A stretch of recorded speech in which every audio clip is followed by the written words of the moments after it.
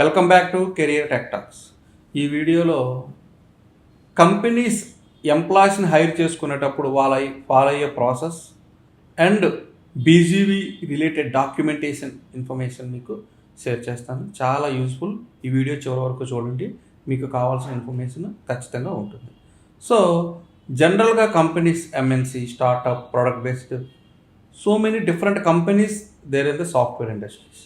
So ఒక MNC company hiring ప్రొసీజర్లో జనరల్గా 3 నుంచి 4 రౌండ్స్ ఇంటర్వ్యూస్ని తీసుకుంటాయి. అదే ప్రొడక్ట్ బేస్డ్ కంపెనీ అయితే సమ్ టైమ్స్ 6 to 10 రౌండ్స్ కూడా ఉంటాయి. జనరల్గా మనం ఒక ఎంఎన్సి కంపెనీ ఇంటర్వ్యూ ప్రాసెస్ ఎట్లా ఉంటాయి, ఎన్ని రౌండ్స్ ఉంటాయి, దాని తర్వాత బీజీవీ ప్రాసెస్ ఎట్లా ఉంటుంది అనేది ఈ వీడియోలో నేను మీకు కంప్లీట్గా ఎక్స్ప్లెయిన్ చేస్తాను. సో ఫస్ట్ ఇనీషియల్గా మనం కోర్స్ కంప్లీట్ చేసి రెజ్యూమ్స్ నౌకరీ, లింక్డ్ఇన్, ఇండీడ్ ఇట్లాంటి పోర్టల్స్లో అప్లోడ్ చేసుకుంటాం. సో ప్రతి ఎంఎన్సి కంపెనీస్ కూడా వాళ్ళ దగ్గర హైరింగ్ టీం ఉంటుంది, లేకపోతే థర్డ్ పార్టీ కన్సల్టింగ్ టీమ్స్తో వాళ్ళు టైఅప్ అవుతారు.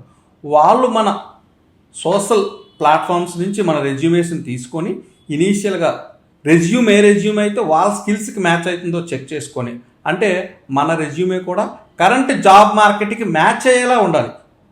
ఎట్లా మ్యాచ్ అయ్యేలాగా రెజ్యూమ్ మనం రెడీ చేసుకొని సోషల్ ప్లాట్ఫామ్స్లో మనం అప్లోడ్ చేసుకుంటే కంపెనీ హెచ్ఆర్స్ చెక్ చేసుకొని ఇనీషియల్గా ఫస్ట్ స్క్రీనింగ్ రౌండ్ అంటే it should be direct telephonic round అనమాట. ఈ రౌండ్లో మీకు ఏంటంటే హెచ్ఆర్స్ కాల్ చేసి basic communication skills, basic technological skills, again రెజ్యూమ్లో మీరు రిలవెంట్ స్కిల్స్ యాడ్ చేశారా లేదా, ప్రాజెక్ట్ రోల్స్ అండ్ రెస్పాన్సిబిలిటీస్ ఇవన్నీ చెక్ చేస్తారు.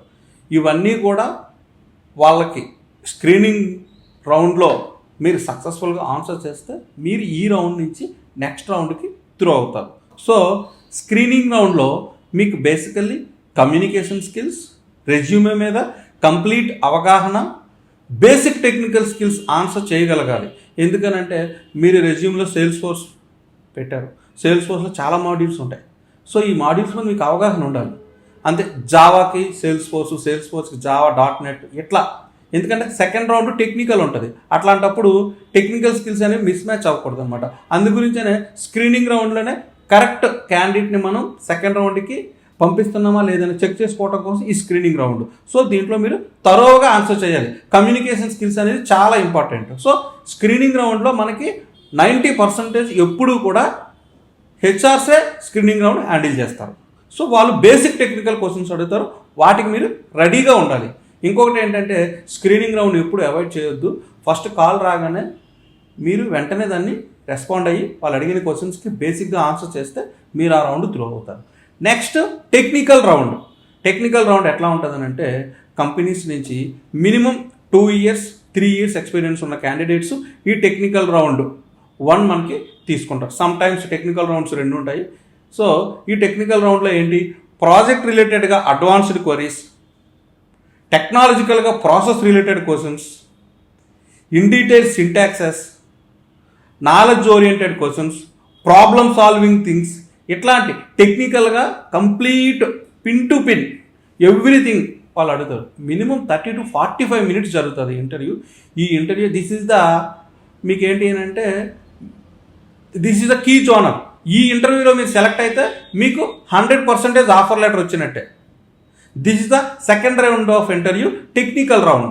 ఈ రౌండ్లో project related, syntax related, problem solving skills ఇవన్నీ కూడా చెక్ చేస్తాడు.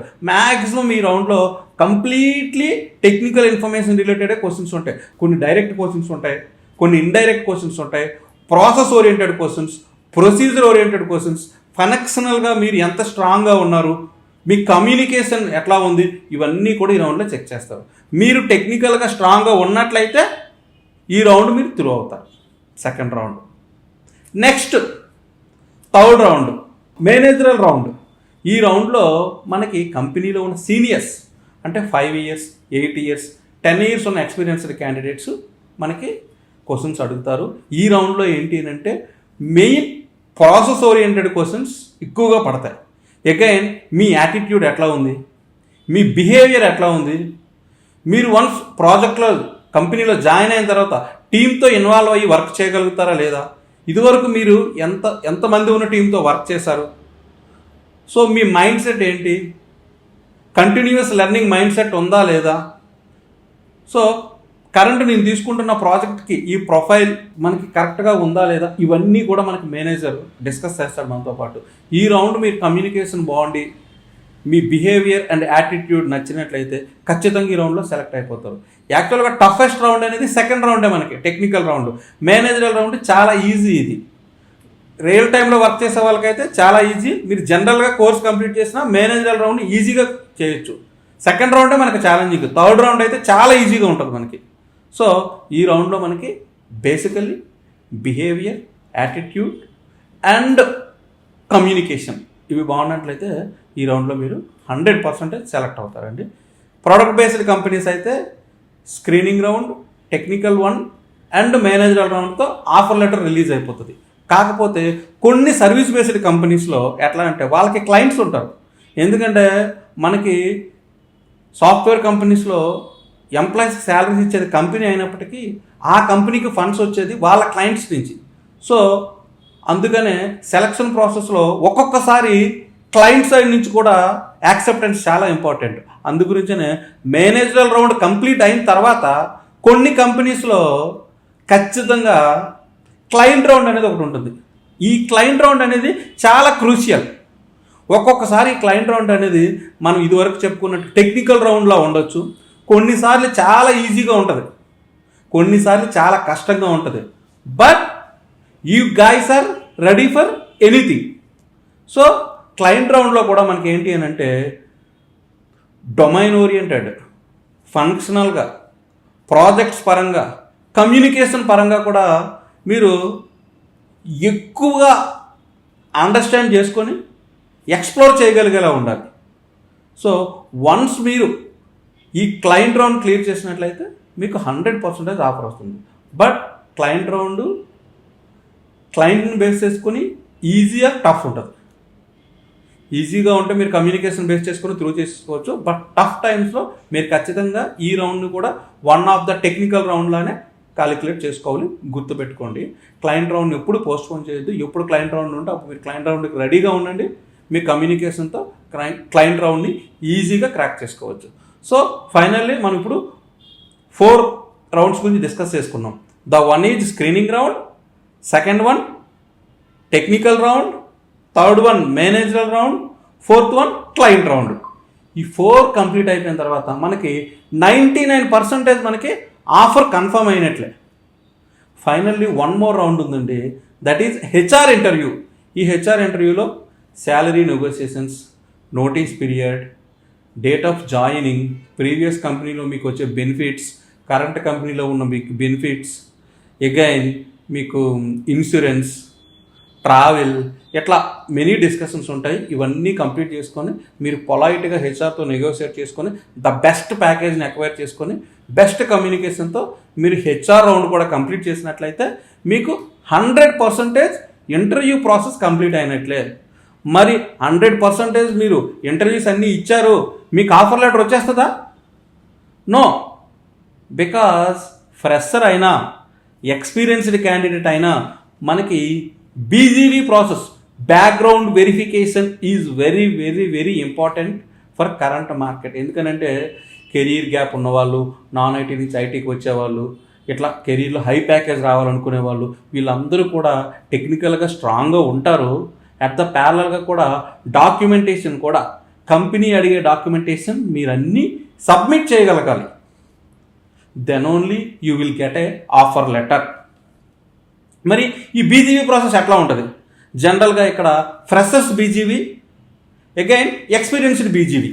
ఫ్రెషర్స్కి అయితే వాళ్ళకేంటి Aadhaar card, PAN card, 10th certificate, intermediate, engineering or degree అయితే డిగ్రీ సర్టిఫికేట్స్ ఒరిజినల్స్ ఉండాలి.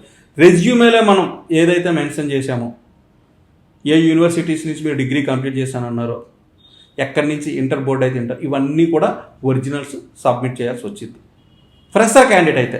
అదే మీరు ఎక్స్పీరియన్స్డ్ క్యాండిడేట్ అనుకోండి, ఎక్స్పీరియన్స్డ్ క్యాండిడేట్ అయితే offer letter, joining letter, pay slips, bank statements, form 16, form 26AS, again hike letters, మీకు ఏదైనా ప్రమోషన్ వస్తే promotional letters.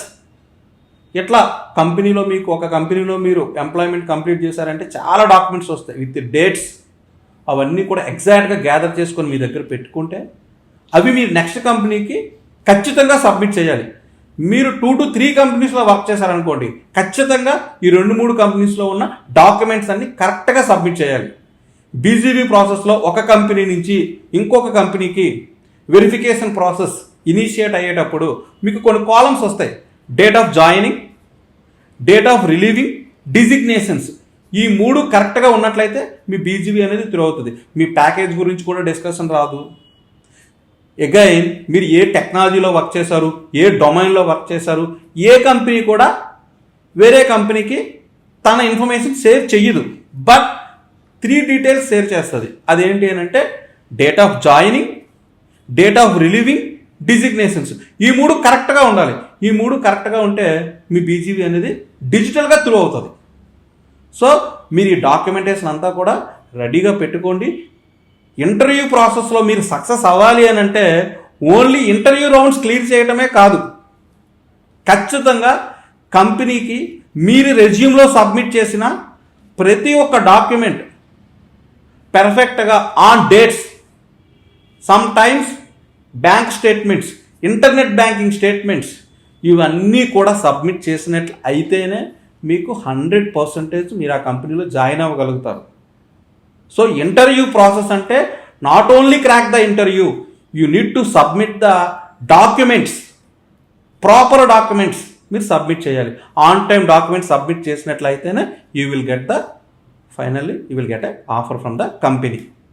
So product based company అయినా, సర్వీస్ బేస్డ్ కంపెనీ అయినా, స్టార్టప్ కంపెనీ అయినా, వాక్ ఇన్ డ్రైవ్ అయినా, ఈ process అంతా కామన్. కాకపోతే టైం వ్యారీ అవుతూ ఉంటుంది. స్టార్టప్ కంపెనీస్లో అయితే 10 to 15 డేస్లో ఆఫర్ వచ్చేస్తుంది. ఒక మిడ్ లెవెల్ కంపెనీస్ అయితే 15 to 20 డేస్ పడుతుంది మనకు ఆఫర్ రావడానికి. అదే ఎంఎన్సీ కంపెనీ అయితే 30 to 45 days. Some product based companies will take 2 months for interview process. So ఈ 2 months ఖచ్చితంగా మనం ఆ రౌండ్స్ అన్ని క్లియర్ చేసుకొని నెక్స్ట్ లెవెల్లో ఇంటర్వ్యూకి వెళ్ళాలి. పేషెన్సీ కూడా చాలా ఇంపార్టెంట్. సో ఈ వీడియోలో ఉన్న కంటెంట్ మీకు నచ్చినట్లయితే ఈ వీడియోని లైక్ చేయండి, షేర్ చేయండి, సబ్స్క్రైబ్ చేయండి. ఇలాంటి మరిన్ని మోర్ వీడియోస్ కోసం మా ఛానల్ని ఫాలో అవ్వండి. Thank you for watching this video. Like, share, subscribe.